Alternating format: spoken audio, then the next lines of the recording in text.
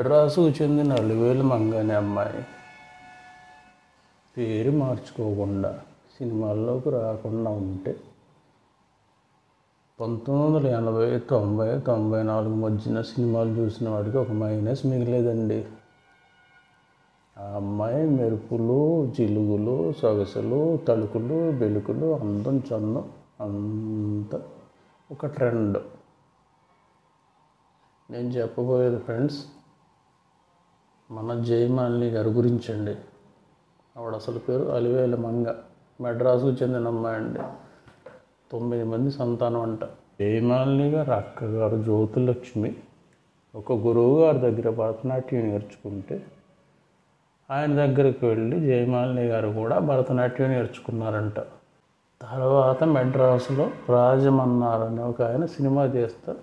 ఈ అమ్మాయికి జయమాలిని గారికి స్నేహితురాలి ఫ్రెండ్ పాత్ర ఒకటి ఇచ్చారంట. ఆ అమ్మాయికి అప్పుడు 14 సంవత్సరాలండి. చిన్న వయసు, సన్నగా బక్కగా ఉండేదంట.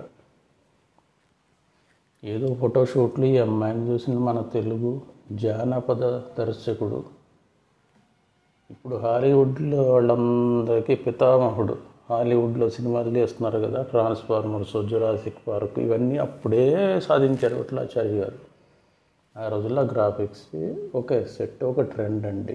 నిప్పులుగా ఎక్కే రాక్షసులు, రాక్షస బల్లులు, ఇవన్నీ అప్పట్లో ఒక ట్రెండ్. అప్పుడే మీ అమ్మాయికి క్యారెక్టర్ ఇస్తాను, చేస్తావా అని అడిగారంటండి.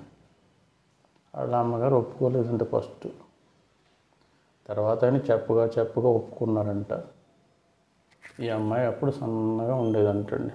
అమ్మాయి బరువు పెరగాలి కాస్త నువ్వు అని వాళ్ళ అమ్మగారితో చెప్పారంట. పేరు కూడా అలివేలు మంగ అంటే మొరటగా ఉంది, నాసిరకంగా ఉందని అప్పుడు జయమాలిని అని మార్చారంటండి విఠలాచార్య గారు. తెలుగులో ఫస్ట్లో ఆడదాని అదృష్టం అనే సినిమాలో ఆయన క్యారెక్టర్ ఇచ్చారండి. బాగా చేశారు జయమాలిని గారు. తర్వాత చూసుకొని ఏలేశారండి. సినీ ఇండస్ట్రీని మొత్తం ఇండియాలో ఉన్న తెలుగు, తమిళ్, మలయాళం, కన్నడ, హిందీ అన్ని భాషల్లోనే ఆవిడ 500 సినిమాలు పైగా యాక్ట్ చేశారు. ఆ రోజుల్లో అండి ఆవిడ పాట చూడడానికి సినిమాకి వెళ్ళేవారండి కొంతమంది. నిజంగా చాలా అందగత్తండి.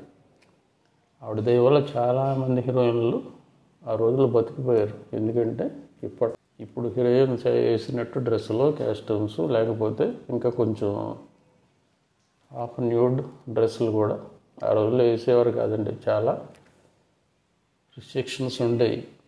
జయమాలిని గారు ఎక్కడ సభ్యత మించకుండా మినిమం తక్కువలో తక్కువ శృంగారం చూపిస్తే తన పాటల్లో తన అందచందాలతో ప్రేక్షకులను అందరిని అలరించారండి. విచిత్రం ఏంటంటే ఆవిడ బాగా లావుగా, బొద్దుగా ఉన్నా సరే ప్రేక్షకులందరూ ఆమె యాక్సెప్ట్ చేశారు. ఆవిడతో డ్యాన్స్ చేయాలంటే చాలామందికి భయం అంటండి హీరోలకి. ఆ రోజుల్లో ఒక ఎన్టీ రామారావు గారు, చిరంజీవి గారు, వాళ్ళిద్దరే కొద్దిగా ఆవిడతో కంపేర్ చేసుకునేవారంట. జయమాలిని గారితో డ్యాన్స్ అంత లావు ఉన్న మనిషి అండి, ఎంత స్పీడ్గా చేసేదండి. ఎన్ని సినిమాలండి బాబా, అందం చందం. ఇప్పుడు ఆవిడకి మ్యారేజ్ అయింది. తమిళనాడులోని ఒక ఇన్స్పెక్టర్ పార్థివన్ అని 1994లో మ్యారేజ్ చేసుకున్నారు ఆవిడకి 2 అమ్మాయిలు, ఒక అబ్బాయి అంటండి. ప్రశాంతంగా వైవాహిక జీవితం గడుపుతున్నారండి. నిజంగా ఆ రోజు విఠలాచార్య గారు అమ్మాయిని పరిచయం చేయకుండా ఉంటే సినిమాల్లో ఒక తడుకు వెళ్ళిపోయిన ఏది ఉండేది కాదు. అదొక ట్రెండ్ అంతే. ఓల్డ్ ఈజ్ గోల్డ్, ఇంకంతేనండి. జయమాలిని గారి గురించి చెప్పాలంటే ఒక ముక్క సరిపోతుంది. చూడండి బాబు, 1, 2, 500 సినిమాలు అంటే మాటలా. గుడివాడ ఎల్లాను, గుంటూరు పయ్యాను, ఏలూరు, నెల్లూరు, ఎన్నెన్నో చూశాను. ఇప్పటికీ ఎక్కడో చోట స్పీకర్లో, పల్లెటూరులో కానీ, ఎక్కడో చోట పెళ్ళిళ్ళలో కానీ, గుడుల దగ్గర కానీ ఈ పాట అయితే ఖచ్చితంగా వినిపిస్తుందండి. ఎన్ని సినిమాలండి. యమ దొంగ, గజ దొంగ, జగన్మోహిని, గంధర్వ కన్య, కామతి చాచి, అబ్బాబ్బాబ్బా, సినిమా పేర్లు అయితే మనం చదవలేమండి అసలు. జగన్మోహిని అంటే ఆమె ఏమో, జయమాలిని గారేనేమో జగన్మోహిని అంటే అతిలోక సుందరి, ఆవిడేనేమో అన్నట్టు ఉండేదండి పిక్చర్. అలా ట్రెండ్ సాగించారండి జయమాలిని గారు. నిజంగా ఒక తార అన్ని సినిమాలు యాక్ట్ చేసి ఒకటి రెండు సృష్టించిన జయమాలిని గారికి మనందరం కంగ్రాచులేషన్ చెప్పి, ఒకటండి చరిత్రలో నీకంటూ ఒక పేజీ ఉండాలి. అలాంటి పేజీ వెండితెరలో జయమాలిని గారండి.